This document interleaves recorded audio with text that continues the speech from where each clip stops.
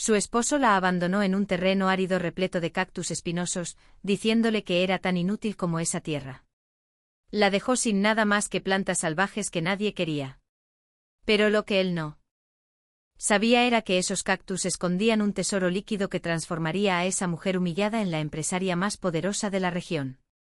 El polvo se levantaba en nubes rojizas mientras la camioneta de Ernesto Salazar frenaba bruscamente frente al portón de alambre oxidado. Lucía Moreno apretaba contra su pecho a su hija Valeria de 6 años, mientras su hijo Mateo de 9 miraba por la ventanilla con ojos confundidos. El terreno que se extendía ante ellos parecía sacado de una pesadilla. 20 hectáreas de tierra árida, rocosa, donde miles de cactus silvestres crecían retorcidos y amenazantes bajo el sol implacable de Jalisco. No había ni una sola construcción, ni un árbol que diera sombra, ni señal alguna de que aquel lugar hubiera albergado vida humana. «Bájense», ordenó Ernesto sin mirarla. Su voz, que alguna vez había susurrado promesas de amor, ahora sonaba metálica y distante. Lucía tragó saliva. «Ernesto, por favor, tiene que haber un error. Este lugar no puede ser».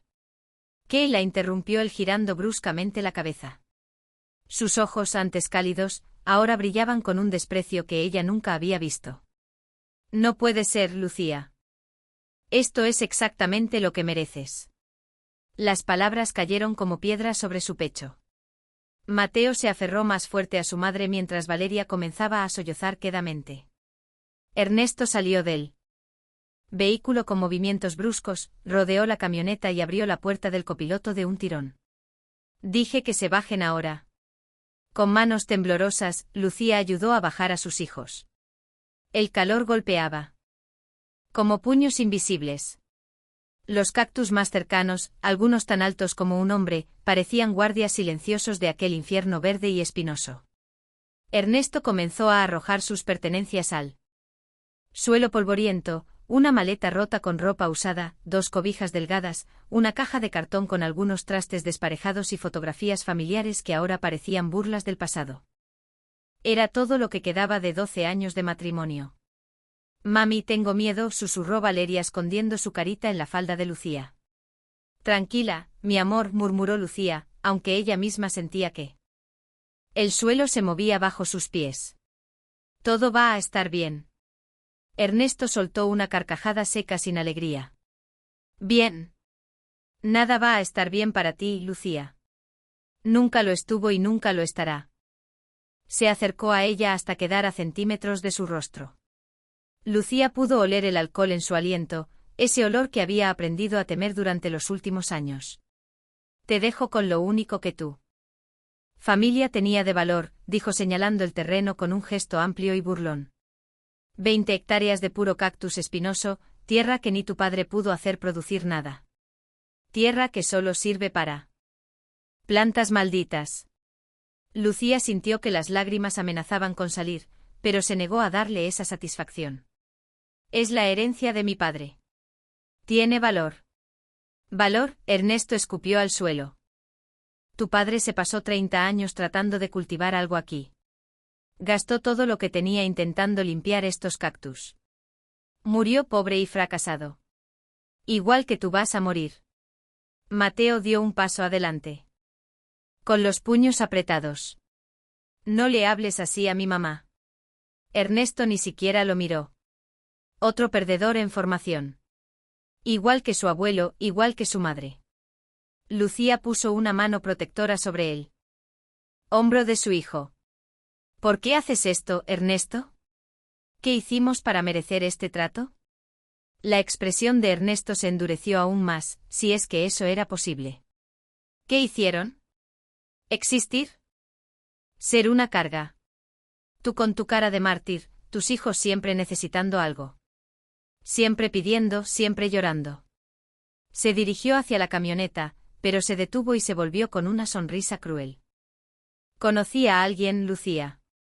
Alguien que sí vale la pena, alguien joven, hermosa, llena de vida, no una mujer marchita que solo sabe quejarse». El golpe fue brutal. Lucía había sospechado por Su puesto, las llegadas tarde, el olor a perfume extraño, las mentiras cada vez más elaboradas, pero escucharlo dicho así, con tal frialdad, con sus hijos presentes, era peor que cualquier golpe físico. Patricia tiene 25 años, continuó Ernesto saboreando cada palabra como si fueran dulces. Trabaja en el banco de la ciudad. Tiene estudios, clase, ambiciones, todo lo que tú nunca tuviste. Lucía apretó los dientes. ¿Y tus hijos, Ernesto, qué hay de Mateo y Valeria? Por primera vez, algo parecido a la incomodidad cruzó el rostro de Ernesto, pero desapareció rápidamente. Ya tienen una madre. Eso es más de lo que muchos tienen. Ahora es tu problema mantenerlos, educarlos, vestirlos. Yo ya cumplí mi parte. Tu parte, la voz de Lucía se quebró. 12 años de matrimonio. Y esta es tu parte. Abandonarnos en medio de la nada. Ernesto se encogió de hombros. Te dejo el terreno. Es más de lo que mereces. Si tienes algo de inteligencia, lo venderás por lo que puedas sacar y te irás a la ciudad a buscar trabajo de sirvienta. Es lo único para lo que sirves.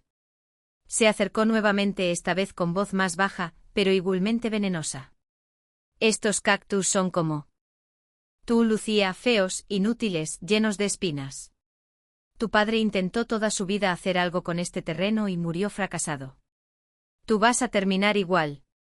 Señaló hacia el horizonte donde miles de cactus se extendían hasta donde alcanzaba la vista. Mira bien, porque este va a ser tu reino, un reino de espinas y polvo. Aquí vas a aprender lo que es trabajar de verdad, lo que es ganarse el pan. No como en mi casa, donde vivías como una reina sin hacer nada. Yo cuidaba de tu casa, de tus hijos, de ti, respondió Lucía con voz temblorosa. Trabajaba desde el amanecer hasta la noche. Trabajo de mujer, escupió Ernesto. Cualquiera puede cocinar y limpiar, pero hacer producir la tierra, hacer dinero de verdad, eso requiere ser hombre. Por eso tu padre fracasó y por eso tú vas a fracasar. Caminó de regreso a la camioneta, pero antes de subir gritó una última crueldad.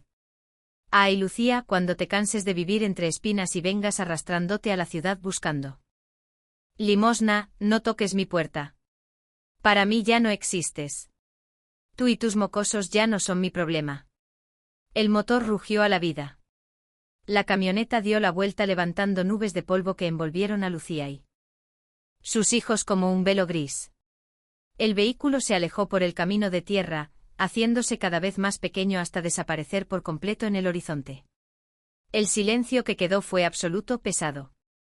Asfixiante, roto solo por el suave sollozo de Valeria y el intento de Mateo de ser fuerte tragándose las lágrimas.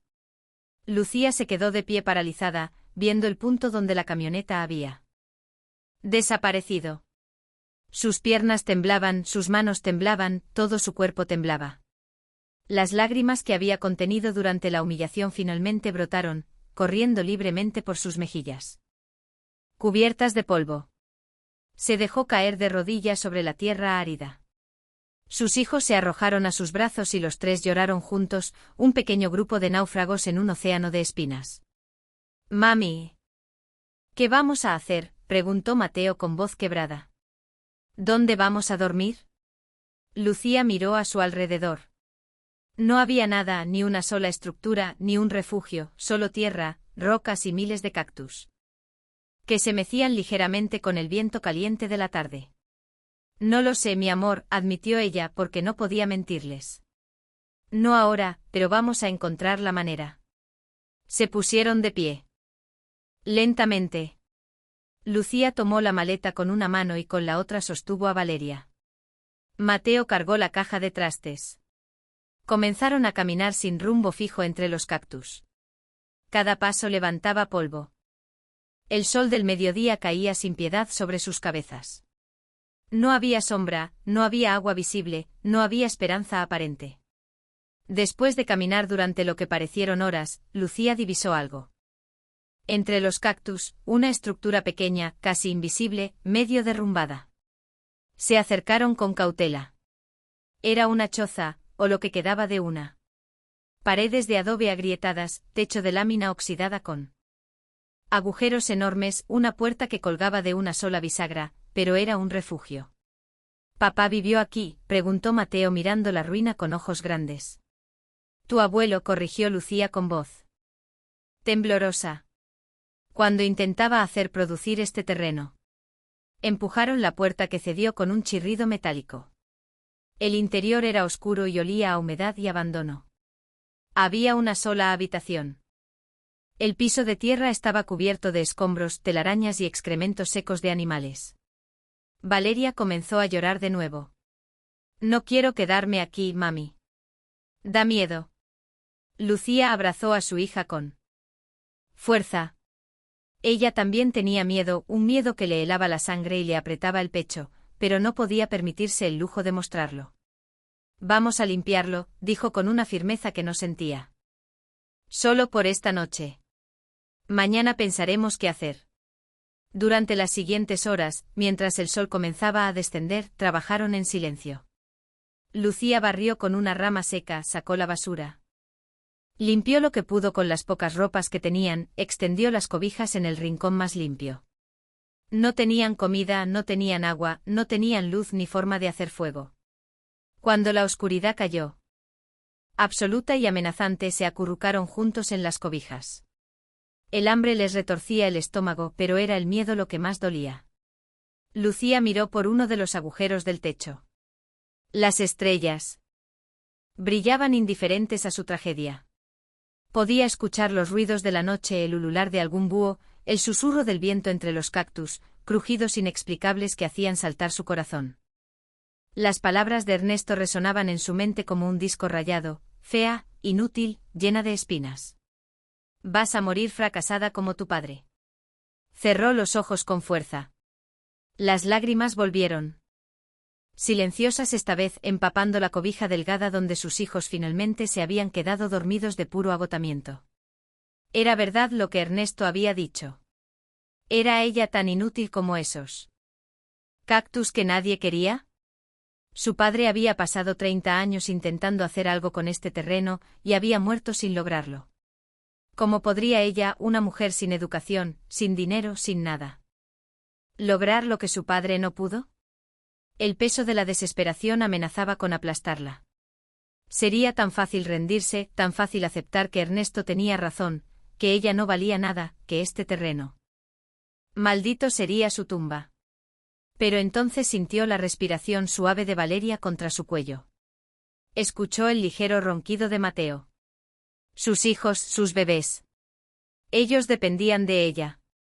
No podía darse el lujo de rendirse. Lucía abrió los ojos en la oscuridad.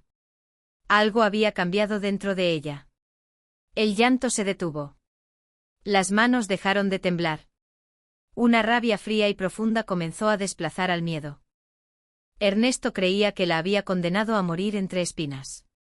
Creía que ella se marchitaría como su padre, derrotada por la tierra árida y los cactus inútiles. Se equivocaba.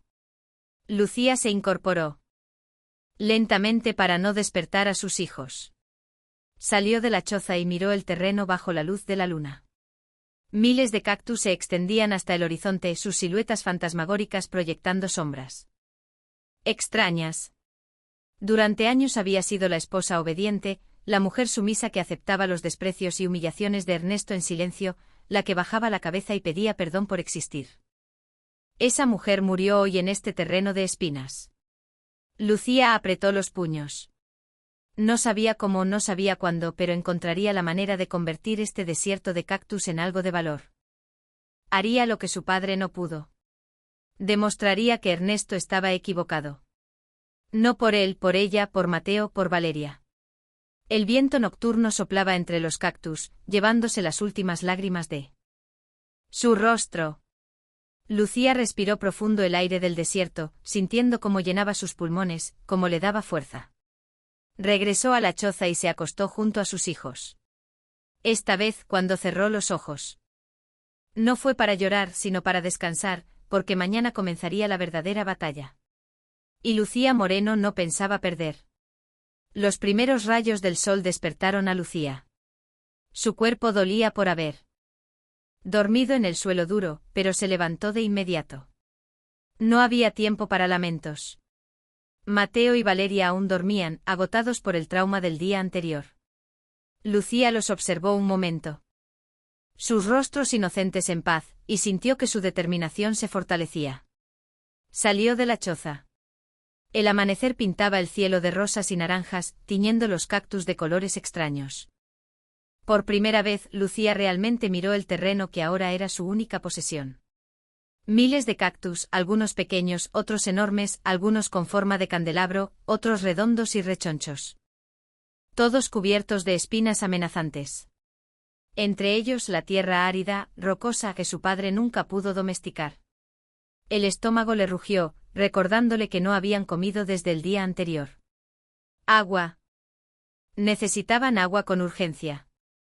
Recordó vagamente que su padre había mencionado un pozo. Comenzó a buscar entre los cactus cuidándose de las espinas. Después de media hora de búsqueda bajo el sol naciente lo encontró una estructura circular de piedras medio derruidas cubierta con tablas podridas. Lucía apartó las maderas con esfuerzo. El pozo era profundo y oscuro.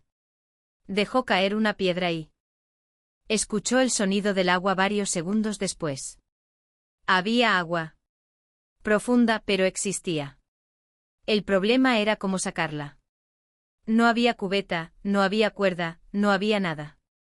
Lucía regresó a la choza y revisó sus escasas pertenencias. Encontró un cinturón viejo, los cordones de unos zapatos rotos, una bufanda desgastada.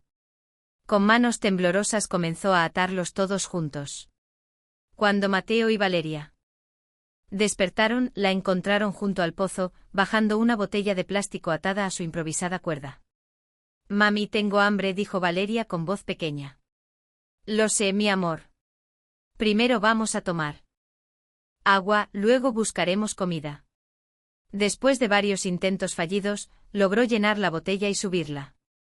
El agua estaba turbia, pero era agua. Los tres bebieron con avidez, sintiendo como el líquido fresco aliviaba sus gargantas secas. «¿Qué vamos a comer?», preguntó Mateo con preocupación de adulto en su voz infantil. Lucía miró a su alrededor. Entre los cactus crecían algunas hierbas. Reconoció quelites, la misma hierba silvestre que su madre le había enseñado a identificar cuando era niña. «Vamos a recoger plantas comestibles», dijo con más confianza de la que sentía. Durante las siguientes horas, los tres recorrieron el terreno buscando cualquier cosa que pudieran comer. Quelites, verdolagas, algunos nopales jóvenes de los cactus. Lucía les enseñó a sus hijos a reconocer que era seguro y que no. «¿Cómo sabes todo esto, mami?», preguntó Mateo mientras arrancaban hojas de quelites. «Mi mamá me enseñó cuando era niña. Decía que la tierra siempre provee si sabes dónde buscar». Regresaron a la choza con un manojo pequeño de plantas. Lucía las lavó con el agua del pozo y las cocinó en una de las ollas abolladas sobre un fuego que logró hacer con ramas secas y fósforos que encontró en el fondo de la maleta. La sopa de hierbas silvestres no tenía sal, ni aceite ni sabor, pero era comida. Los tres comieron en silencio, saboreando cada bocado como si fuera un banquete. Después de comer, Lucía supo que necesitaba un plan. Sobrevivir un día era una cosa, sobrevivir semanas o meses era otra completamente diferente. Caminó hasta el borde del terreno. A lo lejos, a unos 3 kilómetros, podía ver el camino principal y, más allá, los techos del pueblo de San Miguel de la Gavia. «Vamos al pueblo», anunció. «Necesitamos averiguar qué podemos hacer». El camino fue largo y polvoriento. Valeria se cansó a mitad del trayecto y Lucía tuvo que cargarla. Mateo caminaba en silencio, su pequeño rostro serio y determinado. Cuando llegaron a San Miguel, la gente los miraba con curiosidad y lástima. Lucía se dio cuenta de lo sucios y desarreglados que debían verse. La plaza principal del pueblo bullía con actividad. Era día de mercado. Puestos de frutas, verduras, ropa usada y herramientas llenaban el espacio. Lucía se acercó tímidamente a uno de los puestos de verduras, atendido por una mujer robusta de unos 50 años. Disculpe, señora, ¿necesita ayuda en su puesto? Puedo cargar cajas, acomodar mercancía, lo que sea. La mujer la estudió con ojos sagaces. ¿De dónde vienes, muchacha? No te he visto por aquí. Soy Lucía Moreno. Mi padre era Esteban Moreno, el que tenía el terreno de los cactus al norte. El reconocimiento cruzó el rostro de la mujer. Ah, sí, don Esteban. Pobre hombre. Se pasó la vida peleando con ese terreno maldito. ¿Eres su hija? Sí, señora. Me llamo Beatriz. Beatriz Chávez. La mujer miró a los niños y su expresión se suavizó. ¿Necesitas trabajo? Sí. Por favor, lo que sea. Beatriz asintió lentamente. ¿Puedes ayudarme hoy? Te pagaré 50 pesos y te daré comida para llevar a tus niños. 50 pesos. Era casi nada, pero era algo. Lucía trabajó como nunca lo había hecho. Cargó cajas de calabazas que pesaban tanto como ella. Acomodó montañas de chiles, atendió a clientes con una sonrisa a pesar del cansancio. Mateo y Valeria se sentaron en un rincón observando en silencio. Al final del día, Beatriz le entregó los 50 pesos prometidos y una bolsa con jitomates, cebollas, frijoles y tortillas. Vuelve el próximo sábado.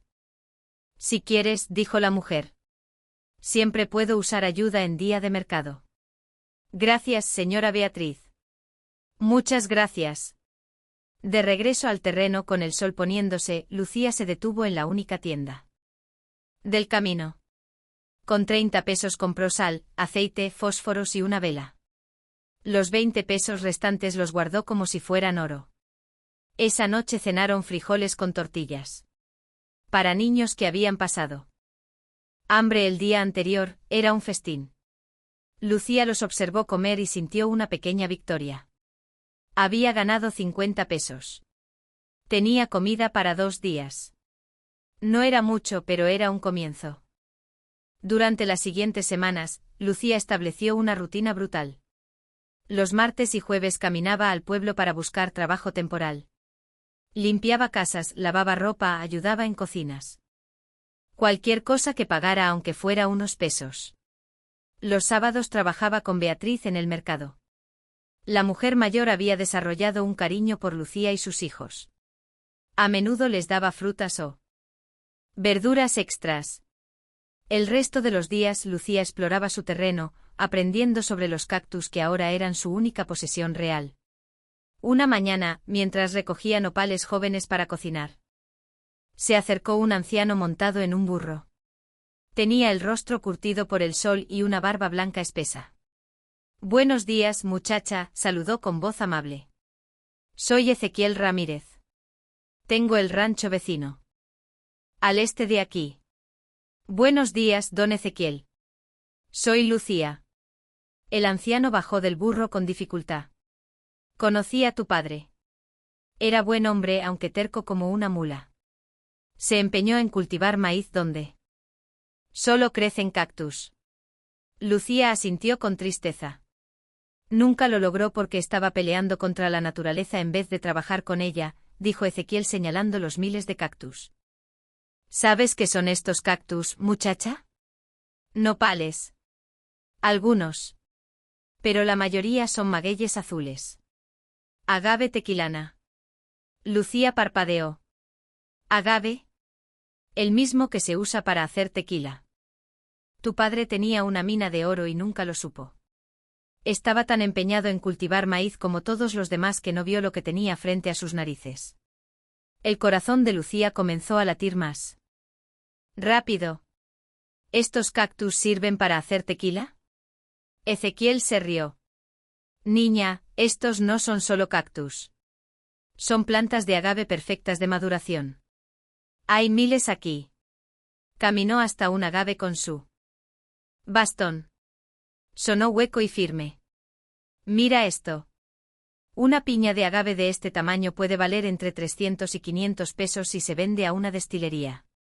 Lucía sintió que el mundo daba vueltas. 300 pesos por una planta, por la piña que es el corazón de la planta. Hay que cortarla correctamente y limpiarla de las pencas espinosas. Es trabajo duro, pero vale la pena. Ezequiel miró alrededor. Tienes al menos 2000 plantas maduras aquí.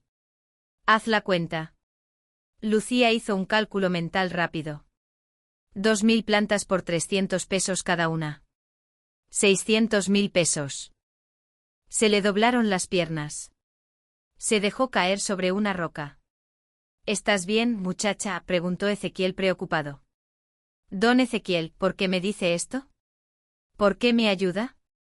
El anciano se encogió de hombros. Tu padre fue amable conmigo cuando llegué aquí hace 40 años. Le debo esa bondad. Además, me gusta ver a los jóvenes trabajadores triunfar. Se acercó y puso una mano en su hombro. Pero escúchame bien, cortar agave no es fácil. Necesitas herramientas especiales, conocimiento para no dañar la piña, fuerza para arrancar las pencas espinosas y luego necesitas encontrar quien te compre. Enséñeme, dijo Lucía con voz firme. Por favor, don Ezequiel, enséñeme todo lo que necesito saber. El anciano sonrió. Sabía que dirías eso. Ven mañana temprano a mi rancho. Te voy a enseñar a ser gimadora. ¿Gimadora? Así se llama la persona que cosecha agave. Es trabajo de hombres, siempre lo ha sido.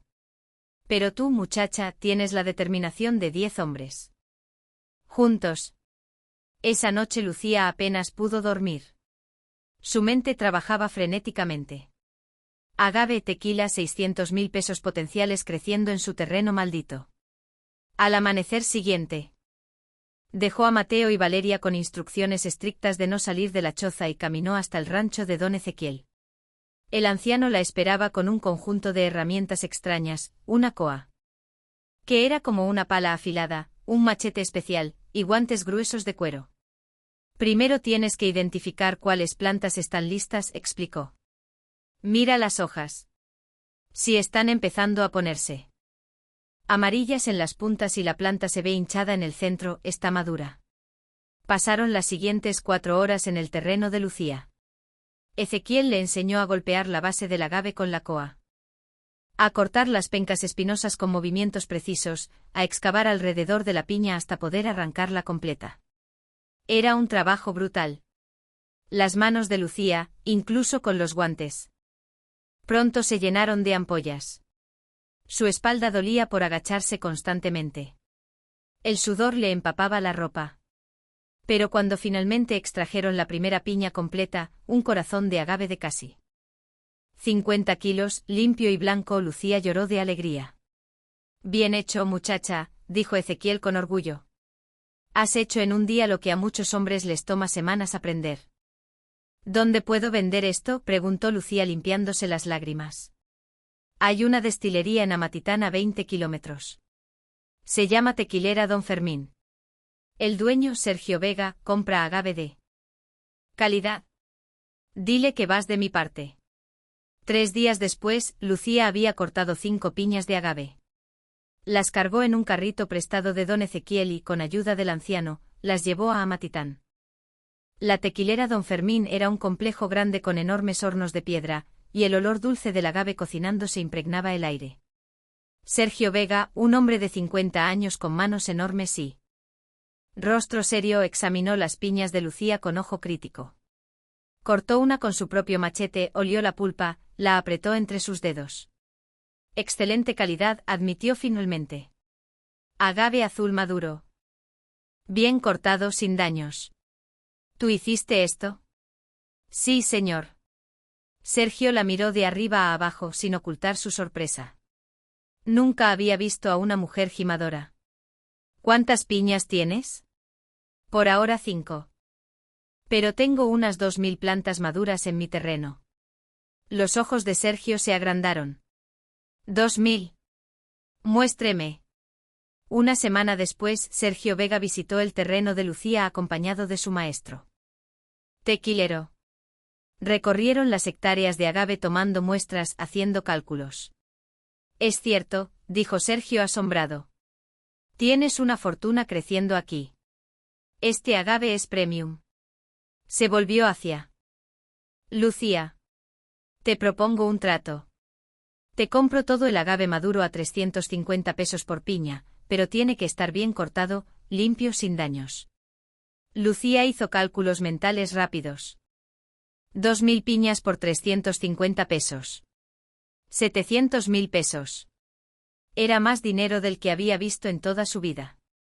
Acepto, dijo con voz que apenas temblaba. Pero necesito tiempo. Cortarlas todas yo sola me tomará meses. Te doy 6 meses, respondió Sergio. Y te adelanto 30.000 pesos para que compres herramientas y contrates ayuda si la necesitas. Extendió su mano. Lucía la estrechó sintiendo que su vida acababa de cambiar para siempre.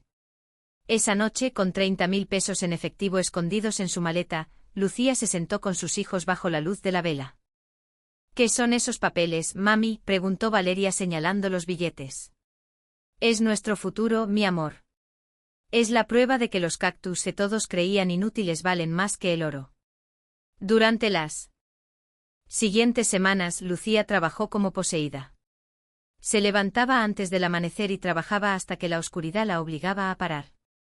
Cortaba de 5 a 8 piñas por día, cada una un pequeño triunfo. Con parte del adelanto compró herramientas propias, una coa nueva, machetes afilados, guantes resistentes. Reparó el techo de la choza, compró cobijas gruesas, comida abundante para sus hijos. Por primera vez en meses no pasaban hambre. Don Ezequiel venía a visitarla cada semana, dándole consejos, revisando su técnica, asegurándose de que no se lastimara. Tienes que cuidarte. Muchacha, le decía. Este trabajo destroza el cuerpo si no lo haces bien. Un mes después de comenzar, Beatriz del Mercado se presentó en el terreno. He oído rumores en el pueblo. Dicen que la hija de don Esteban está cortando agave, que una mujer está haciendo trabajo de hombres. Lucía se tensó esperando críticas o burlas, pero Beatriz sonrió. Me enorgullece conocerte. Lucía.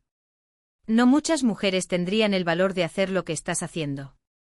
Le entregó una canasta. Traje tamales y atole. Pensé que tú y los niños necesitarían comida caliente. La bondad inesperada hizo que Lucía se quebrara. Lloró en el hombro de la mujer mayor, liberando meses de tensión y miedo acumulados. Tranquila, hija, murmuró Beatriz acariciando su cabello. Ya pasó lo peor, ahora solo queda crecer. Para el tercer mes Lucía había cortado 800 piñas. Sergio venía cada semana a recogerlas con su camión, pagándole puntualmente. El dinero se acumulaba. Lucía lo guardaba cuidadosamente, gastando solo lo necesario. Contrató a 2 jornaleros del pueblo para que la ayudaran. Hombres rudos que al principio se burlaban de trabajar para una mujer. Pero que pronto aprendieron a respetarla cuando vieron su conocimiento y determinación. Corta más limpio que muchos gimadores con 20 años de experiencia, admitió uno de ellos, Miguel. Un hombre de 40 años con familia numerosa. Para el 5.º mes el terreno estaba transformándose. Donde antes había un mar de agaves espinosos, ahora quedaban espacios limpios con las piñas extraídas cuidadosamente. Lucía había cortado 1.600 piñas. Quedaban 400 más. Una tarde, mientras supervisaba el trabajo de los jornaleros, escuchó un vehículo acercándose. Un carro lujoso, completamente fuera de lugar en ese camino polvoriento. Del auto bajó un hombre bien vestido con traje y corbata. Detrás de él bajó Ernesto. El corazón de Lucía dio un vuelco. Era la primera vez que lo veía desde aquel día terrible hacía meses. Ernesto se veía diferente, más delgado, con ojeras profundas, el traje arrugado como si hubiera dormido con el puesto. El hombre del traje habló primero. Señora Lucía Moreno. Soy el licenciado Ramírez, abogado. Represento a su esposo, el señor Ernesto Salazar. Venimos a discutir la división de bienes matrimoniales. Lucía miró a Ernesto, que evitaba su mirada. No hay bienes que dividir. Él me dejó solo este terreno. Precisamente de eso queremos hablar, dijo el abogado. Este terreno sigue siendo propiedad matrimonial. El señor Salazar tiene derecho a la mitad de su valor y de cualquier ganancia generada de él. La rabia fría que Lucía había sentido aquella primera noche volvió con fuerza. Entiendo, dijo con voz peligrosamente calmada. Ernesto, ¿tienes algo que decir tú mismo o vas a dejar que tu abogado hable por ti? Ernesto finalmente la miró. Lucía, esto no tiene que ser difícil. Solo queremos lo justo.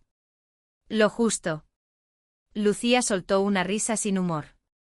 ¿Cómo fue justo abandonarme aquí con nuestros hijos? ¿Cómo fue justo llamarme inútil? ¿Cómo fue justo decir que este terreno era tan muerto como yo? El abogado carraspeó incómodo. Señora, emocionalmente entiendo que no entiende nada, lo cortó Lucía.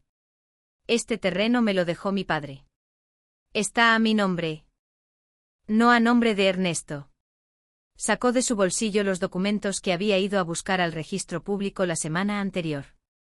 Mi padre me lo heredó directamente a mí, no como bien matrimonial. Y aquí están los papeles que lo prueban. El abogado tomó los documentos, los revisó y su expresión cambió. Esto complica las cosas. No complica nada, respondió Lucía. Ernesto no tiene ningún derecho sobre este terreno ni sobre nada de lo que he construido aquí. Ernesto dio un paso adelante. Lucía, por favor, necesito. ¿Qué necesitas, Ernesto? Dinero. ¿No te alcanzó lo que tenías con tu jovencita del banco? Por primera vez Ernesto bajó la mirada avergonzado. Ella me dejó, murmuró. Cuando se acabó el dinero, me dejó. Qué sorpresa, dijo Lucía sin una pizca de compasión. Ahora vete y no vuelvas a poner un pie en mi propiedad. Mientras el carro se alejaba levantando polvo, Miguel se acercó a Lucía. Bien hecho, patrona. Ese hombre no merece ni su sombra. Lucía sonrió.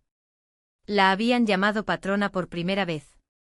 Ya no era la mujer abandonada, era la dueña de su destino. Y esto apenas comenzaba.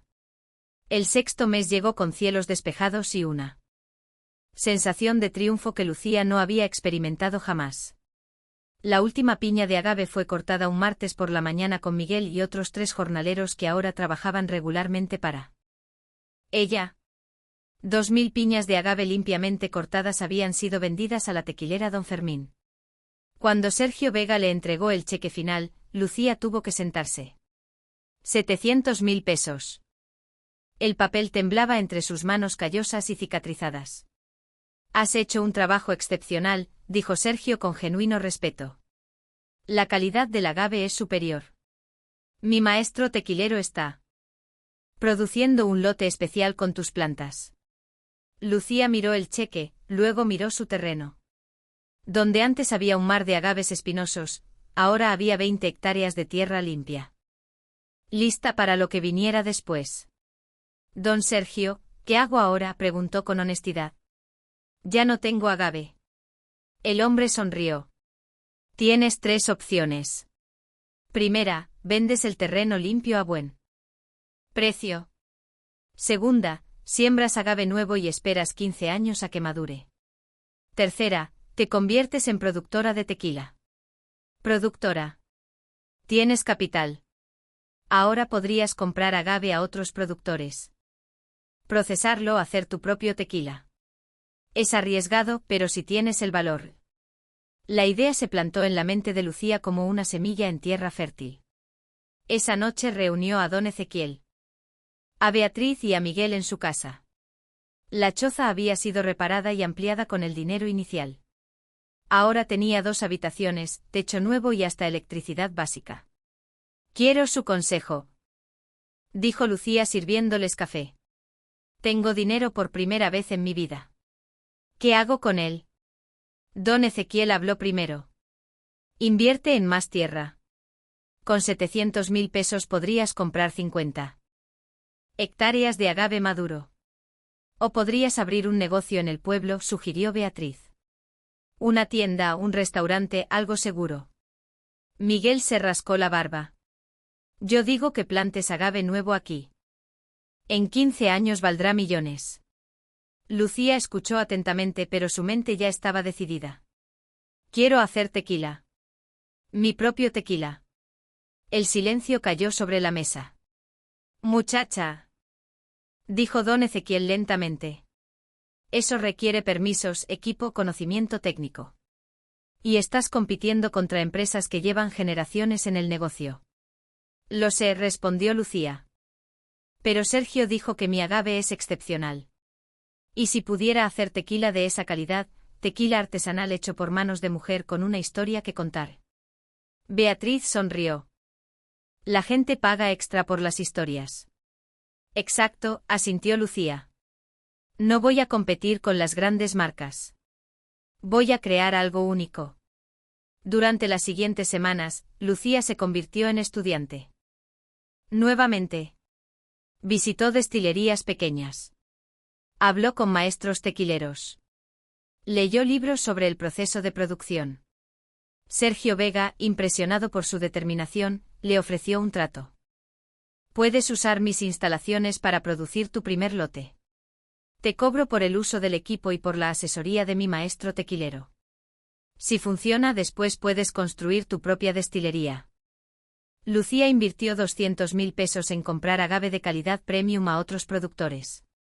Con la guía del maestro tequilero de Sergio, un hombre sabio llamado Don Abundio, aprendió cada paso del proceso. Primero, el agave se cocía en hornos de piedra durante 36 horas.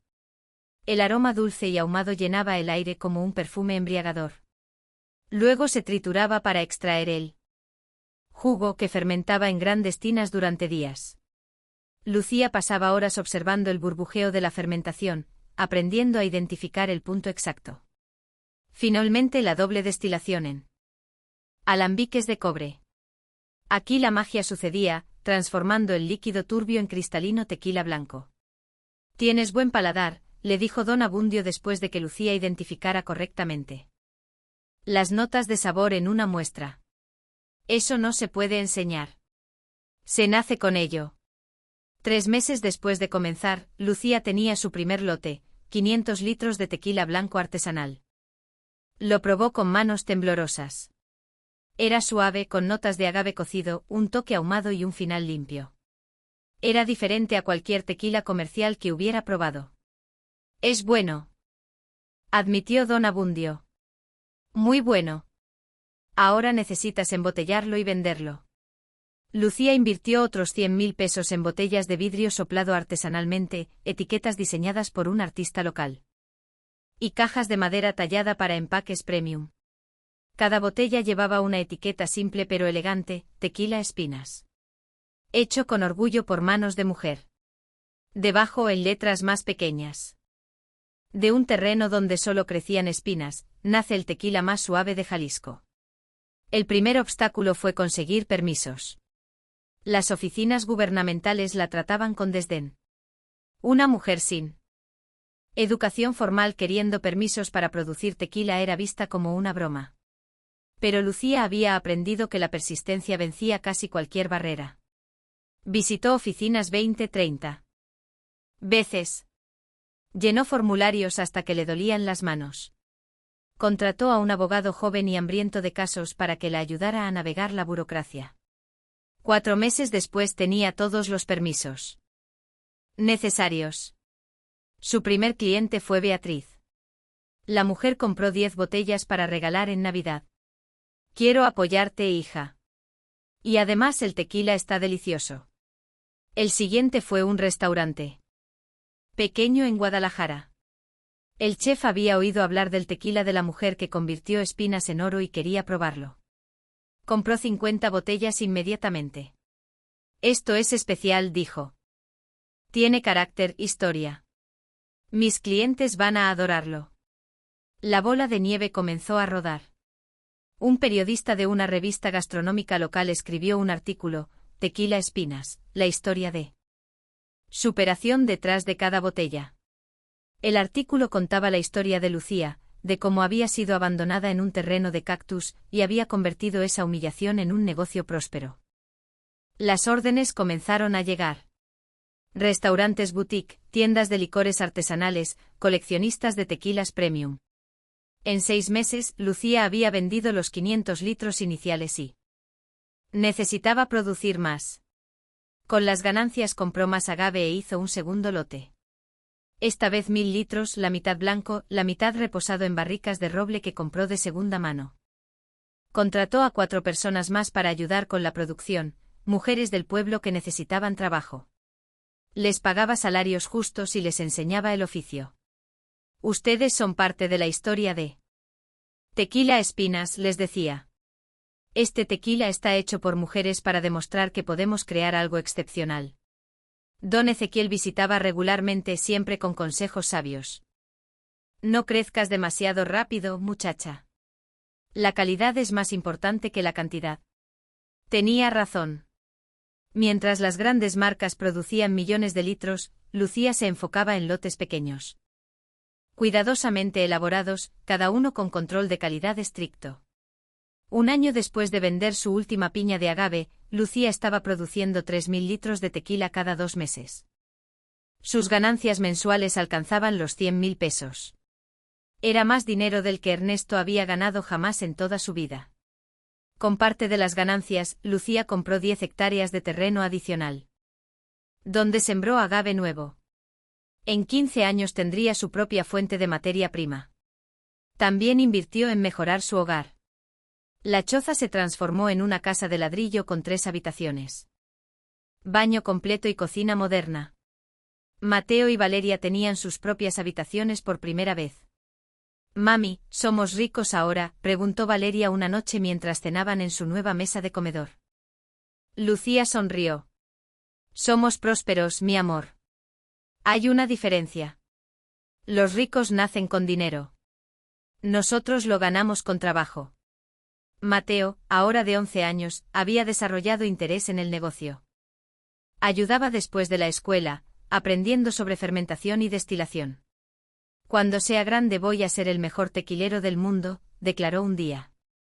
«Estoy segura de que lo harás», respondió Lucía abrazándolo.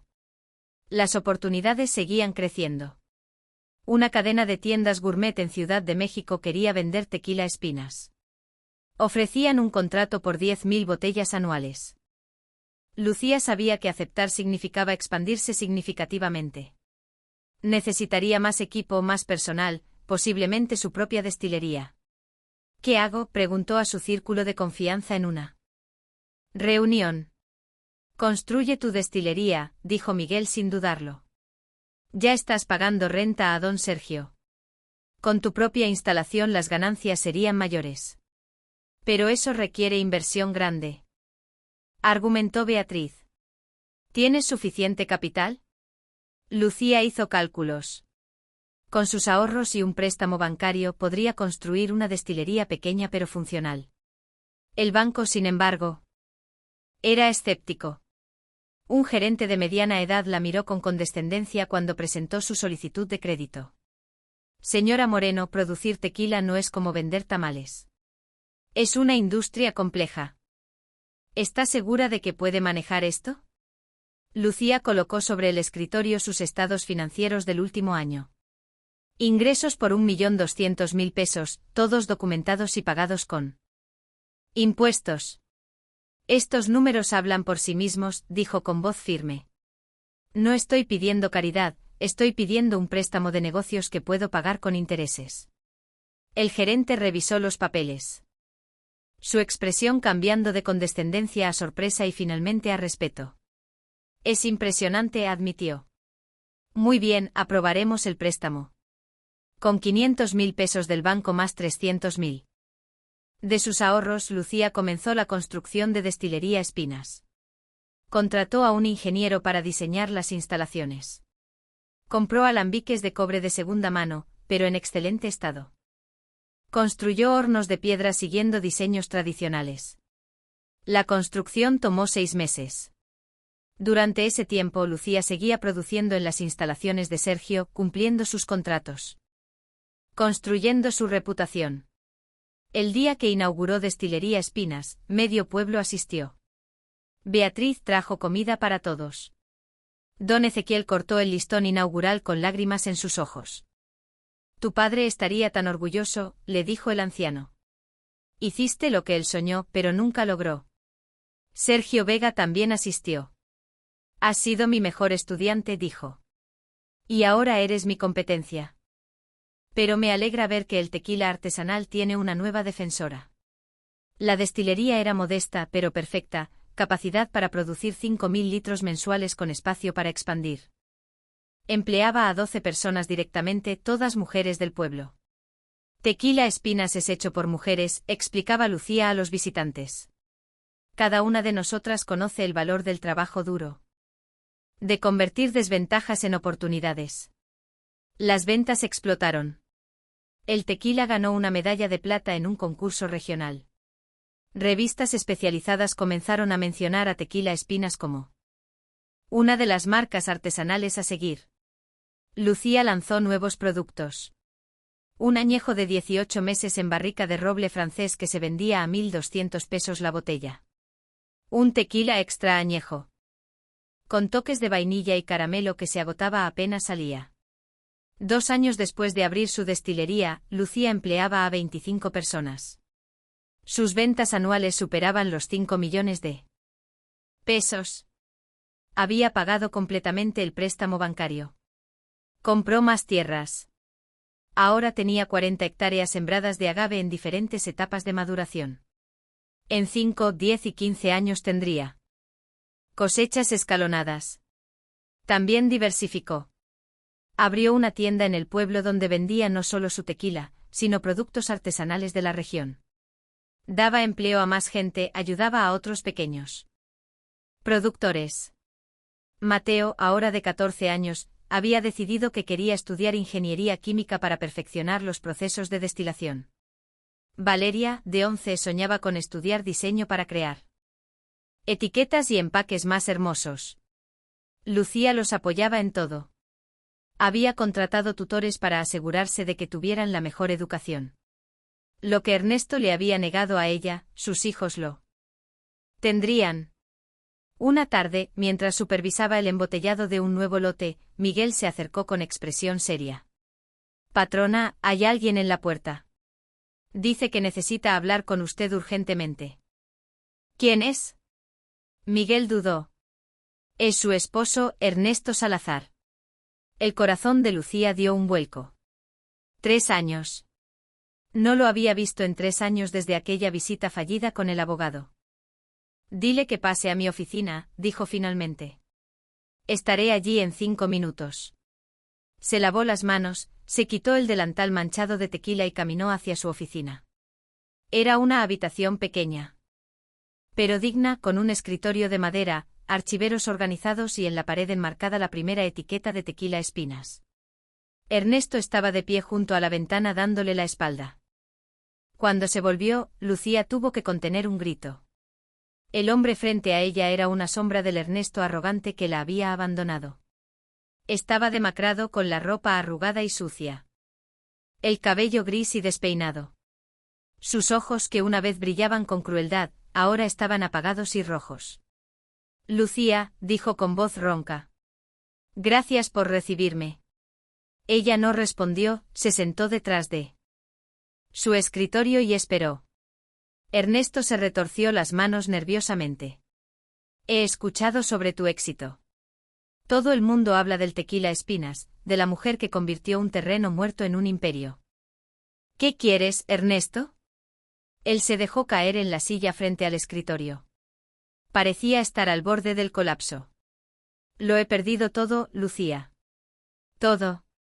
Patricia me dejó hace 2 años. ¿El negocio qué? Intenté montar fracasó. Perdí la casa. Estoy viviendo en un cuarto rentado, apenas sobreviviendo con trabajos ocasionales. Lucía lo observó sin emoción. Esperó. Necesito ayuda, continuó Ernesto. Su voz se quebró. Necesito trabajo, dinero, lo que sea. Sé que no tengo derecho a pedirte nada después de lo que hice, pero estoy desesperado. Tú eres la única persona que conozco que ha prosperado. Por favor, Lucía, no te estoy pidiendo caridad. Puedo trabajar. Sé de agricultura, de negocios. Puedo ser útil. Lucía se recostó en su silla estudiando al hombre que había sido su esposo. El hombre que la había llamado inútil, que había dicho que moriría fracasada entre espinas. ¿Recuerdas lo que me dijiste cuando me abandonaste aquí?, preguntó con voz suave. Ernesto bajó la mirada. Lucía, yo. Me dijiste que este terreno de cactus era tan muerto e inútil como yo, que yo era una mujer marchita que solo sabía quejarse, que nunca lograría nada. Las lágrimas comenzaron a rodar por las mejillas de Ernesto. Lo sé. Fui un monstruo. No tengo excusa. Tienes razón, dijo Lucía poniéndose de pie. No tienes excusa. Caminó hacia la ventana que daba a la destilería. Podía ver a sus empleadas trabajando, embotellando, etiquetando, mujeres que habían encontrado dignidad y sustento en su empresa. ¿Sabes qué aprendí de esos cactus espinosos, Ernesto? Que las cosas más valiosas a menudo crecen en los lugares más inhóspitos, que lo que el mundo desprecia puede contener tesoros, y que la verdadera inutilidad no está en las plantas o en la tierra, sino en las personas que son demasiado ciegas para ver el potencial. Se volvió hacia él. Te voy a dar trabajo. La esperanza iluminó el rostro de Ernesto. Pero no porque te lo merezcas. Continuó ella. Lo hago porque yo no soy como tú. No abandono a la gente en su momento de necesidad. Lucía volvió a su escritorio y escribió algo en un papel. Este es el nombre del supervisor de campo. Necesitamos jornaleros para la cosecha de agave. Paga 200 pesos al día, 6 días a la semana. Es trabajo duro bajo el sol cortando agave con coa. Le extendió el papel. Si de verdad quieres trabajar, preséntate mañana a las 6 de la mañana. Ernesto tomó el papel con manos temblorosas. Gracias, Lucía. No sabes lo que esto significa. Hay condiciones. Continuó ella. No habrá trato especial porque fuiste mi esposo. Trabajas como todos los demás. Sigues órdenes. Y si te escucho hablar mal de mí o de mi negocio, estás despedido inmediatamente. Acepto. Lo que digas. Y Ernesto, su voz se endureció. No quiero que te acerques a Mateo y Valeria. Si ellos deciden buscarte algún día, será su decisión. Pero no vas a aparecer en sus vidas. Pretendiendo ser padre después de 3 años de abandono. Él asintió, las lágrimas cayendo más rápido. Ahora lo entiendo.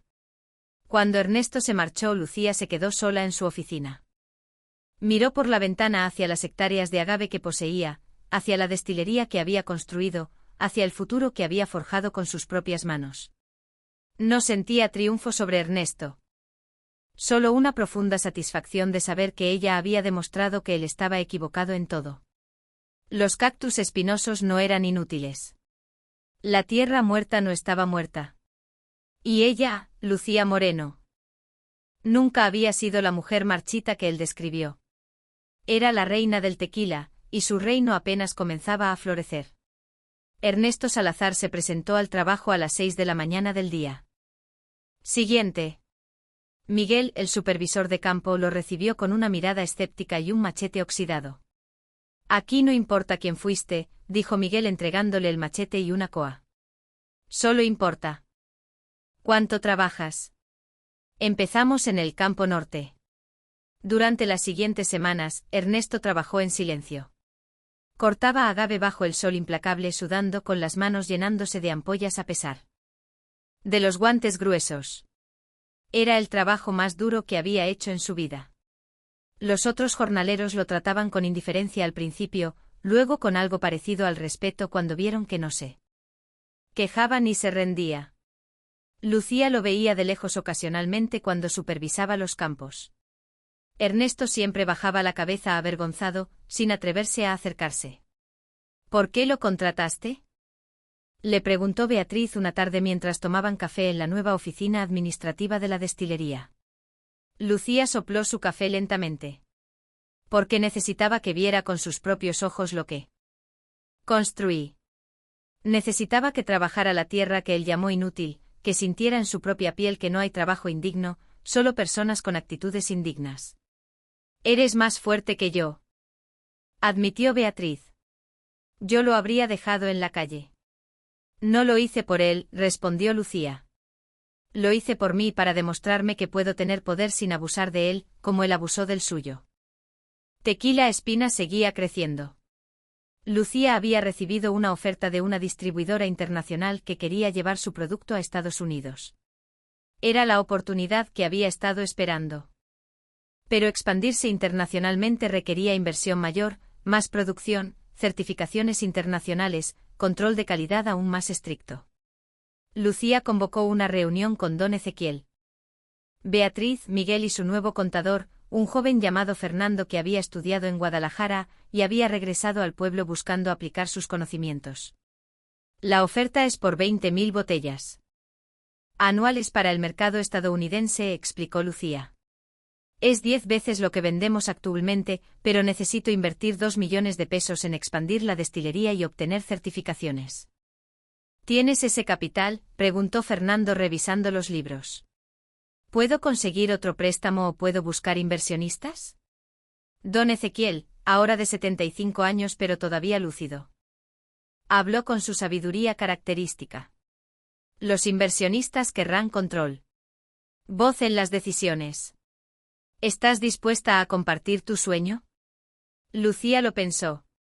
Había construido Tequila Espinas con sus propias manos, con su visión. La idea de ceder control le causaba incomodidad. Entonces préstamo, decidió. Mantendré el control total. El banco esta vez ni siquiera dudó.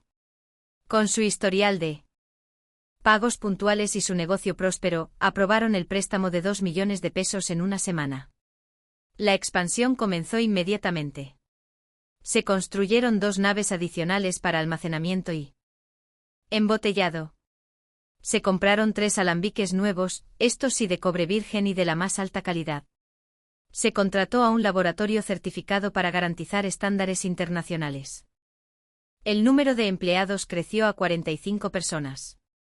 Lucía seguía priorizando contratar mujeres, especialmente madres solteras y viudas que necesitaban sustento digno.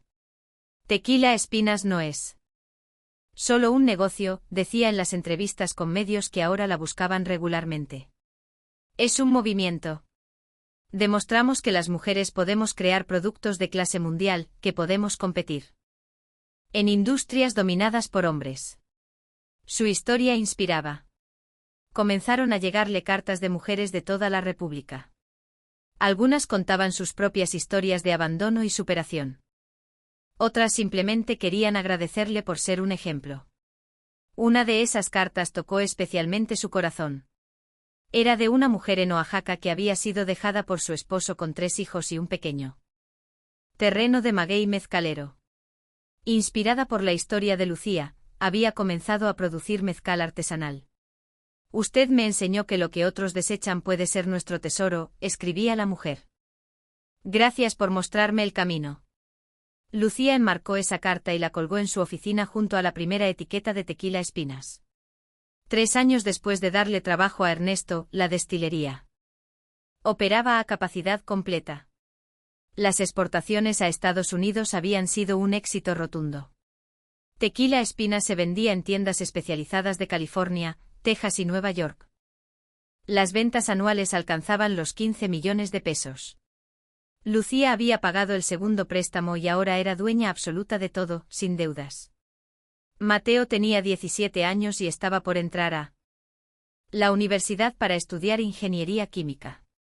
Valeria, de 14, ya diseñaba etiquetas y material promocional para la empresa con un talento natural para el arte. Una tarde de viernes. Mientras Lucía revisaba contratos en su oficina, Miguel tocó la puerta. Patrona, hay una situación. ¿Qué pasa? Es Ernesto. Se desmayó en el campo. Lo llevamos a la enfermería. Lucía sintió una punzada de preocupación a pesar de todo. ¿Está grave? No lo sé. Se veía muy mal. Creo que no ha estado comiendo bien. Caminó hasta la pequeña enfermería que había establecido en la propiedad para atender emergencias menores. Ernesto estaba recostado en una camilla, pálido y demacrado. Se veía mucho peor que 3 años atrás. ¿Qué pasó?, preguntó Lucía al enfermero. Deshidratación y desnutrición. Me dijo que lleva días comiendo solo tortillas y frijoles. Su cuerpo no aguantó el trabajo bajo el sol. Lucía miró a Ernesto, que mantenía los ojos cerrados, probablemente avergonzado. Denle suero y comida, que descanse el resto del día. Se dio la vuelta para irse, pero la voz débil de Ernesto la detuvo. Lucía, espera, por favor. Ella se volvió esperando. No he comido bien. Porque estoy enviando la mitad de mi sueldo a la ciudad, dijo Ernesto con voz quebrada. Patricia tuvo un hijo mío. Ella no quiere saber nada de mí, pero el niño necesita comer. Lucía sintió una mezcla de emociones. Tienes otro hijo. Un niño de 2 años. Se llama Daniel. Las lágrimas comenzaron a rodar por su rostro. Cometí el mismo error 2 veces, Lucía. Abandoné a Mateo y Valeria. Y ahora este niño crece sin padre porque su madre me odia. Se incorporó con dificultad, sentándose en la camilla. He tenido 3 años para pensar en lo que hice. 3 años trabajando la tierra que llamé inútil, sudando bajo el sol que te hice sufrir, cortando las plantas que dije que eran inútiles. Su voz se quebró completamente. Y cada día, cada maldito día, entiendo más lo que te hice. No te dejé en un terreno muerto, Lucía. Te dejé en un tesoro que yo era demasiado estúpido para reconocer. Lucía permaneció en silencio, observando al hombre destruido frente a ella. Fui un cobarde, continuó Ernesto. Cuando las cosas se pusieron difíciles en nuestro matrimonio, en vez de trabajar para arreglarlo, huí. Busqué lo fácil, lo nuevo, lo emocionante. Y perdí todo lo que valía la pena. Se limpió las lágrimas con la manga sucia de su camisa. No espero tu perdón. No lo merezco. Solo quiero que sepas que tenías razón en todo. Las espinas no eran. Las plantas eran las palabras crueles que te dije. Lo muerto no era la tierra, era mi corazón. Y la inútil nunca fuiste tú, siempre fui yo. El silencio llenó la pequeña habitación. El enfermero había salido discretamente, dejándolos solos. Lucía caminó hasta la ventana, mirando hacia la destilería que había construido. Podía ver las chimeneas de los hornos de piedra. El vapor de los alambiques, las mujeres trabajando con orgullo y dignidad. ¿Sabes qué es lo irónico, Ernesto?, dijo finalmente. Durante años creí que necesitaba escuchar estas palabras de ti. Creí que necesitaba tu reconocimiento, tu disculpa, tu arrepentimiento. Se volvió hacia él. Pero ahora que las escucho, me doy cuenta de que ya no las necesito. No definen mi valor. Nunca lo hicieron. Ernesto lloró abiertamente ahora, todo el peso de sus errores cayendo sobre él. Te voy a aumentar el sueldo, dijo Lucía con voz firme, pero no cruel. 200 pesos más al día para que puedas comer bien y seguir manteniendo a tu hijo. Lucía, no tienes que ir. No lo hago por ti, lo interrumpió ella. Lo hago por ese niño inocente que no pidió tener un padre. Irresponsable, y porque yo sé lo que es pasar hambre. Caminó hacia la puerta, pero se detuvo. Ernesto, tú y yo nunca volveremos a ser nada más que empleado y empleadora. Ese puente se quemó hace mucho tiempo. Pero puedo ofrecerte algo que tú nunca me ofreciste a mí. ¿Qué cosa? Dignidad. La oportunidad de trabajar honestamente y reconstruir tu vida. No por caridad, sino porque toda persona merece una segunda oportunidad si está dispuesta a trabajar por ella. Ernesto se cubrió el rostro con las manos, su cuerpo sacudiéndose con sollozos profundos. ¿Cómo puedes ser tan generosa? Después de todo. Lucía lo miró con una mezcla de compasión y firmeza. No es generosidad, Ernesto. Es que aprendí algo que tú nunca entendiste. El verdadero poder no está en humillar a otros cuando están caídos, está en levantarse uno mismo tan alto que las crueldades del pasado no puedan alcanzarte. Salió de la enfermería y caminó de regreso a su oficina. Por el camino pasó junto a las barricas donde el tequila reposaba, desarrollando sus notas complejas de sabor con el tiempo, exactamente como ella, el tiempo, el trabajo y el dolor la habían transformado en algo más fuerte. Más complejo, más valioso. Esa noche Lucía reunió a Mateo y Valeria en la sala de su casa. Ahora vivían en una residencia hermosa de 2 pisos que había construido en el terreno con jardín. Fuente y vista a los campos de agave. Necesito hablarle sobre su padre, comenzó. Los 2 adolescentes intercambiaron miradas. Habían visto a Ernesto trabajando en los campos ocasionalmente. Pero nunca se habían acercado. ¿Qué pasa con él?, preguntó Mateo con voz dura. Su hijo mayor había desarrollado un resentimiento profundo hacia Ernesto. Está trabajando para nosotros. Ha trabajado honestamente durante 3 años. No me importa, dijo Mateo cruzando los brazos. Nos abandonó. Dijo cosas horribles de ti. No existe para mí. Valeria era más suave, pero igualmente dolida. ¿Por qué nos cuentas esto, mami? Porque ustedes tienen el derecho de decidir si quieren conocerlo o no. Él me ha pedido a través de Miguel si algún día podría hablar con ustedes. Yo le dije que esa decisión es completamente suya. Mateo se levantó bruscamente. Mi respuesta es no. Nunca. Valeria miró a su madre con ojos llenos de lágrimas. ¿Tú lo perdonaste, mami? Lucía tomó las manos de su hija. Lo que hice fue liberarme del rencor. El rencor es como veneno que tomas esperando que mate a la otra persona. Yo necesitaba soltarlo para seguir adelante. Pero, ¿lo perdonaste? Perdoné lo que me hizo a mí, lo que les hizo a ustedes. Solo ustedes pueden perdonarlo. Y nadie, ni yo ni nadie, tiene derecho a decirles cuándo o cómo hacerlo. Mateo regresó a su asiento más calmado. No estoy listo. Tal vez nunca lo esté. Y está bien, respondió Lucía, abrazándolos a ambos. Lo importante es que ustedes sepan que son amados. Valorados y que nunca fueron la causa de lo que pasó. 2 meses después, Tequila Espinas ganó la medalla de oro en el concurso internacional de tequila en Guadalajara.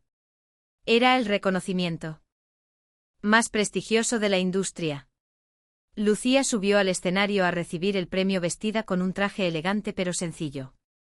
Llevaba en el cuello un collar hecho de pequeñas cuentas de plata en forma de espinas diseñado por Valeria. Este premio no es solo mío, dijo en su discurso de aceptación.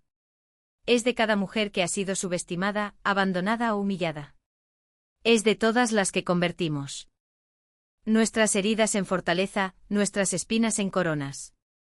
La audiencia se puso de pie aplaudiendo durante 5 minutos completos. Entre el público en la última fila, Ernesto Salazar observaba. Con lágrimas rodando por sus mejillas. Miguel, que lo había invitado a asistir, le puso una mano en el hombro. Ella es extraordinaria, murmuró Ernesto. Y yo fui tan ciego. Lo fuiste. Concordó Miguel sin piedad. Pero al menos ahora lo reconoces. Después de la ceremonia había una recepción elegante. Empresarios, distribuidores, productores de tequila establecidos. Todos querían felicitar a Lucía. Un hombre mayor y distinguido se acercó. Era Arturo Cuervo, descendiente de los fundadores de una de las casas tequileras más antiguas de México. Señora Moreno. Su historia es inspiradora, dijo. Y su tequila es excepcional. Me gustaría discutir una posible colaboración entre nuestras casas. Era el tipo de oferta que habría hecho temblar de emoción a Lucía. Años atrás. Ahora la escuchaba con la serenidad de quien conoce su propio valor. Me halaga su interés, señor Cuervo. Pero Tequila Espinas no está buscando fusiones ni adquisiciones. Hemos construido algo especial y queremos mantener nuestra independencia. El hombre sonrió con respeto. Lo entiendo y lo admiro. Pero si alguna vez cambia de opinión, mi puerta está abierta. Cuando Lucía regresó al pueblo con su medalla de oro, fue recibida como heroína. El presidente municipal organizó una celebración en la plaza. Cientos de personas asistieron. Beatriz lloraba de orgullo. Don Ezequiel, apoyado en su bastón pero con los ojos brillantes, la abrazó como a una hija. Lo lograste, muchacha. Convertiste las espinas en oro. Esa noche, sola en su oficina, Lucía sostuvo la medalla de oro en sus manos. La giró bajo la luz, viendo cómo brillaba. Pensó en la mujer que había sido 4 años atrás, asustada, rota, llorando en un terreno de cactus mientras sus hijos se aferraban a ella. Esa mujer había muerto. En su lugar había nacido alguien más fuerte, más sabia, más completa.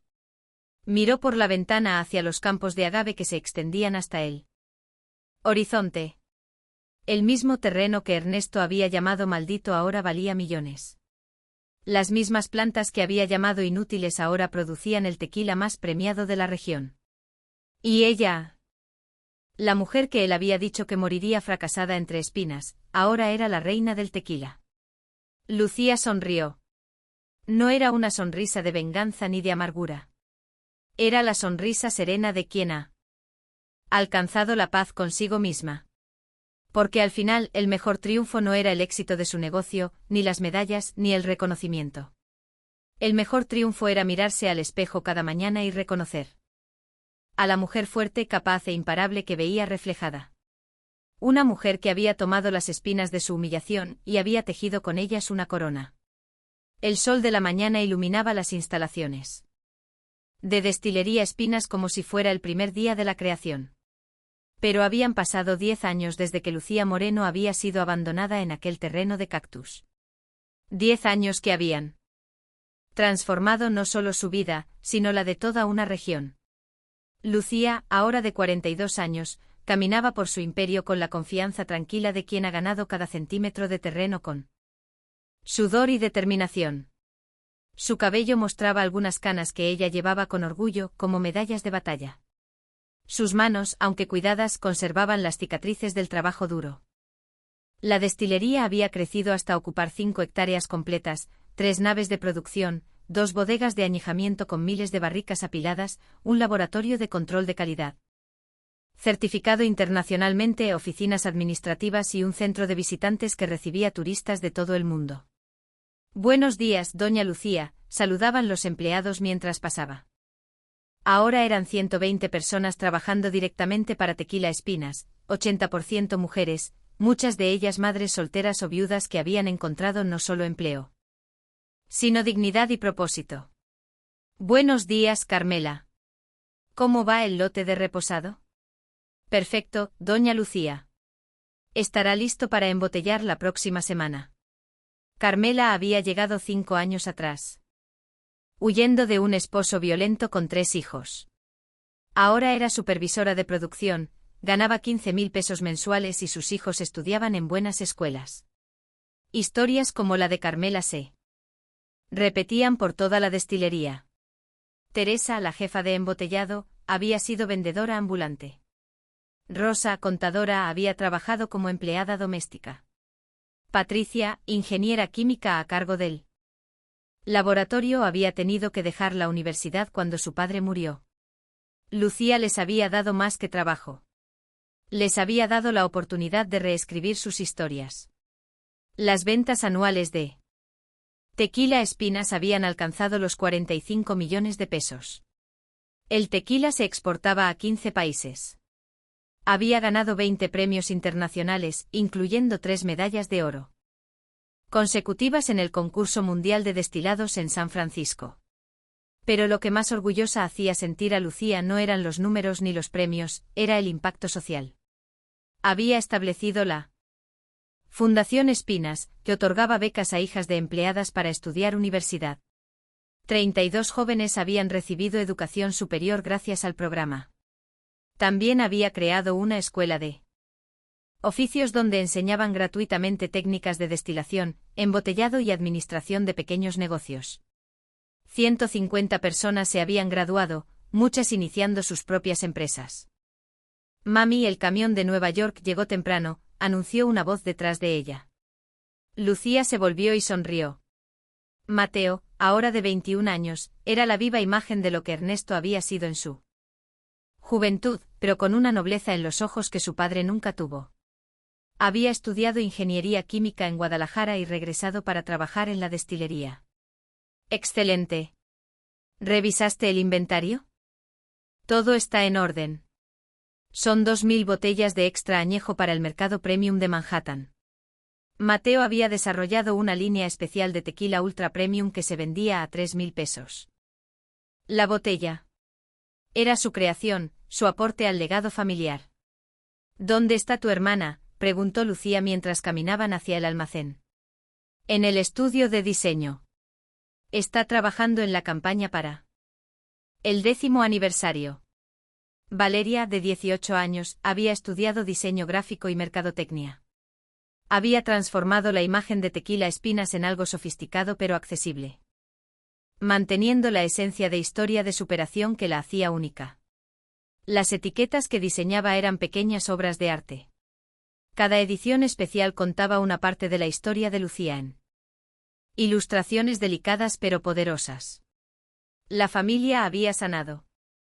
Los tres vivían en la casa grande que Lucía había construido. Pero los hijos tenían sus propios departamentos en la ciudad para cuando necesitaban independencia.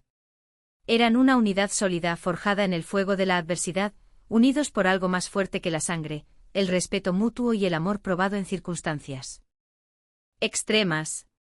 Por la tarde Lucía tenía una reunión especial. Había invitado a las primeras 10 mujeres que contrató hacía 9 años.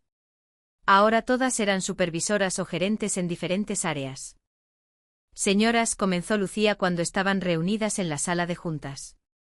Las llamé porque quiero anunciar algo importante. Todas la miraron con curiosidad. He decidido convertir Tequila Espinas en una cooperativa de trabajadoras.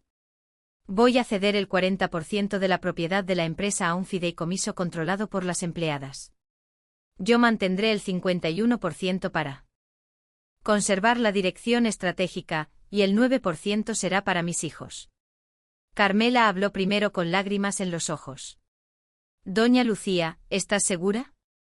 Esto es su empresa, su sueño. Es nuestro sueño, corrigió Lucía. Ustedes lo construyeron tanto como yo. Sin su trabajo, su dedicación, su lealtad, Tequila Espinas no sería lo que es. Teresa se limpió las lágrimas. Usted nos dio dignidad cuando nadie más lo hizo, y ahora nos da propiedad. Es demasiado. No es demasiado. Es justicia, respondió Lucía. Las ganancias deben compartirse con quienes las generan. Esto garantiza que todas tendremos voz en el futuro de la empresa. La noticia se extendió por toda la destilería.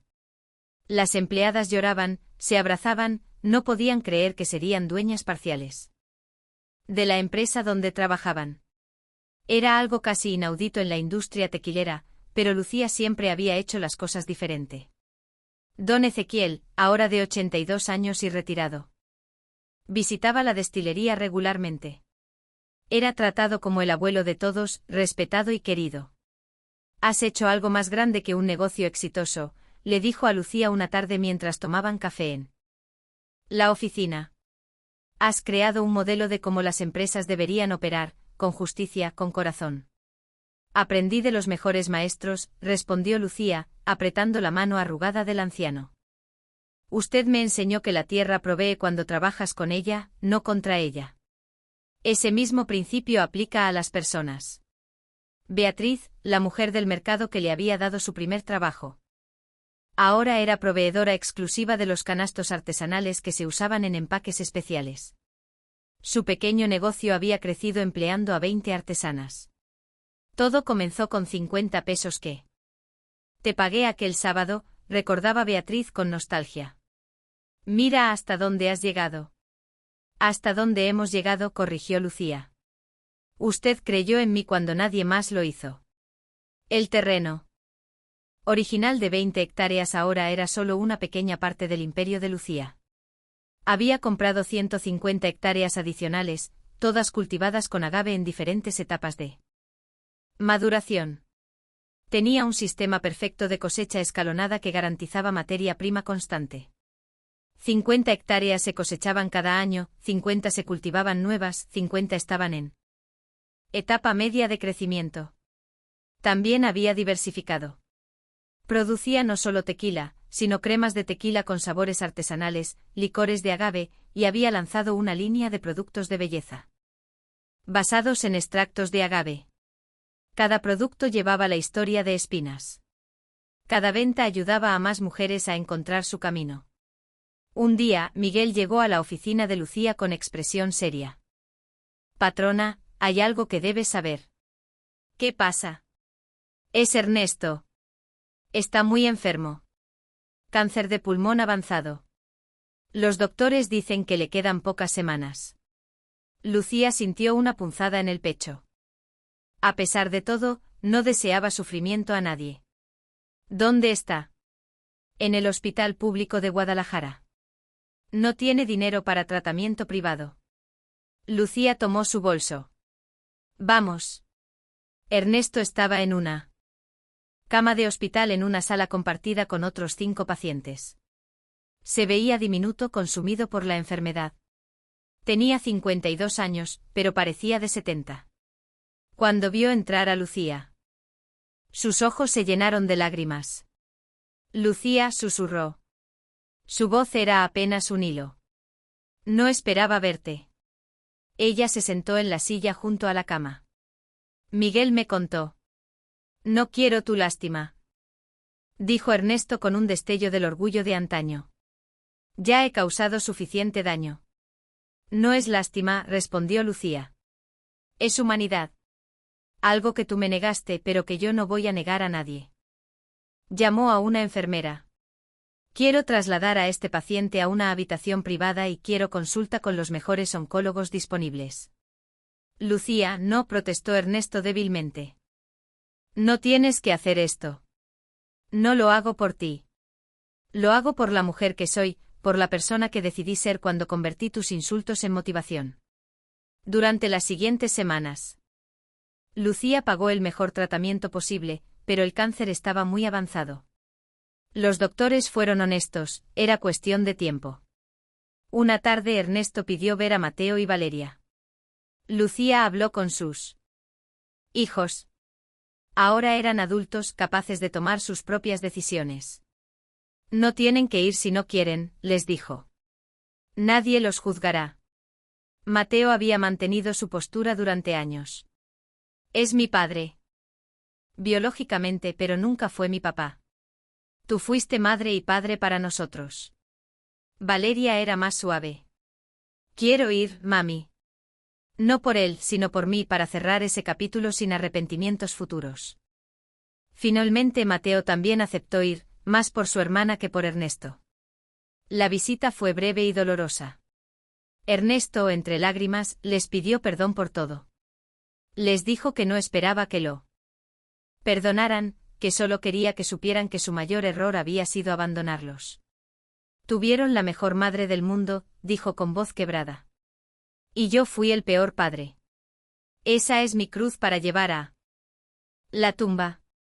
Mateo permaneció en silencio, pero Valeria tomó la mano esquelética de su padre. Te perdono, papá.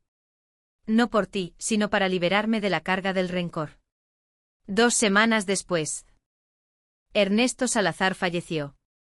Lucía pagó su funeral, un servicio sencillo pero digno. Asistieron pocas personas, Miguel, algunos compañeros jornaleros, don Ezequiel.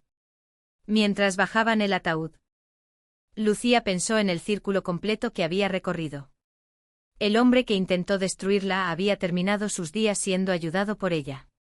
No había victoria en eso, ni venganza satisfecha. Solo la tranquilidad de saber que había elegido el camino correcto. Para celebrar el 10º aniversario de Tequila Espina se organizó un evento masivo. 1000 personas asistieron, empleados, proveedores, distribuidores, dignatarios locales, prensa nacional e internacional. Lucía subió al escenario vestida elegantemente, pero llevando al cuello el collar de espinas de plata que Valeria le había diseñado años atrás. Era su símbolo, su recordatorio de dónde venía. Hace 10 años comenzó su discurso, fui abandonada en un terreno de cactus con mis 2 hijos y ninguna esperanza aparente. Me dijeron que ese lugar era tan muerto e inútil como yo. Hoy, ese terreno produce el tequila más premiado de México. Emplea directamente a 120 familias e indirectamente a 300 más. Ha generado 45 millones de pesos en ventas este año. El aplauso comenzó, pero Lucía levantó la mano pidiendo silencio. Pero los números no cuentan la verdadera historia. La verdadera historia está en los rostros de las mujeres que encontraron dignidad aquí, en los niños que pudieron estudiar porque sus madres tienen trabajo justo, en las familias que se reconstruyeron porque alguien creyó en ellas. Su voz se hizo más fuerte, más apasionada. Me llamaron inútil. Dijeron que las espinas no servían para nada. Pero aprendí que las espinas protegen las cosas más valiosas. Las espinas guardan el corazón del agave, de donde sale el néctar que se convierte en tequila. Señaló a las mujeres empleadas que estaban en primera fila. Y las espinas de nuestra vida, las heridas, los rechazos, las humillaciones, esas protegen nuestro verdadero valor. Nos obligan a crecer fuertes, a desarrollar raíces profundas, a florecer incluso en el desierto. Las lágrimas corrían por muchos rostros en la audiencia. Hoy no celebro solo un negocio exitoso. Celebro a cada mujer que se negó a ser definida por las crueldades que le dijeron. Celebro a cada madre que convirtió su desesperación en determinación. Celebro a todos los que transforman sus espinas en coronas. El aplauso fue ensordecedor, durando más de 10 minutos. Después del evento, Lucía caminó sola por los campos de agave. Al atardecer las plantas se mecían suavemente con el viento, sus hojas gruesas brillando bajo el sol poniente. Se detuvo en el lugar exacto donde Ernesto la había abandonado 10 años atrás, donde había llorado en el polvo con sus hijos aferrados a ella, donde había tocado fondo. Cerró los ojos y recordó a aquella mujer. Aterrorizada. Quiso decirle que todo estaría bien, que el dolor pasaría, que lo imposible se volvería posible. Pero sabía que esa mujer necesitaba vivir cada momento de esa experiencia para convertirse en quien era ahora. Abrió los ojos y sonrió.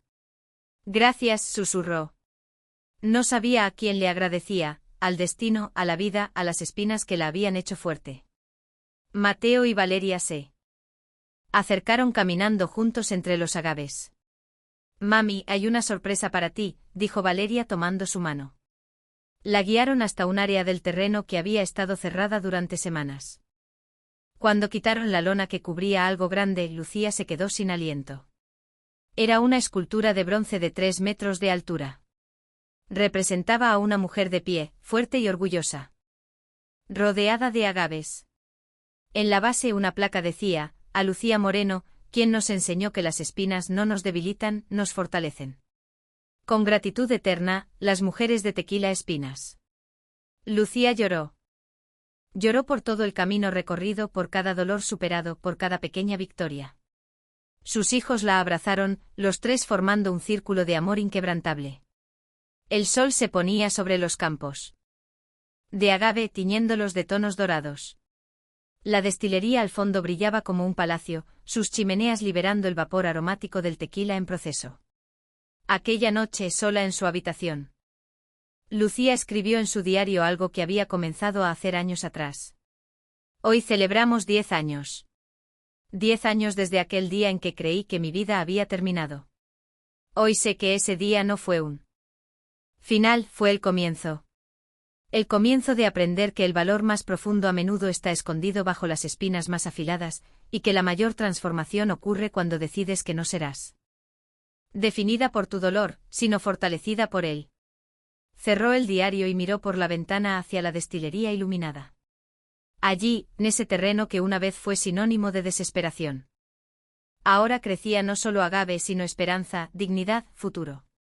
Y ella, Lucía Moreno, la mujer que habían llamado inútil, era la guardiana de ese sueño. La reina del tequila había encontrado su reino. Y su reino era mucho más que un negocio exitoso. Era la prueba viviente de que incluso del suelo más árido, con trabajo, fe y una determinación inquebrantable, pueden brotar los frutos más dulces.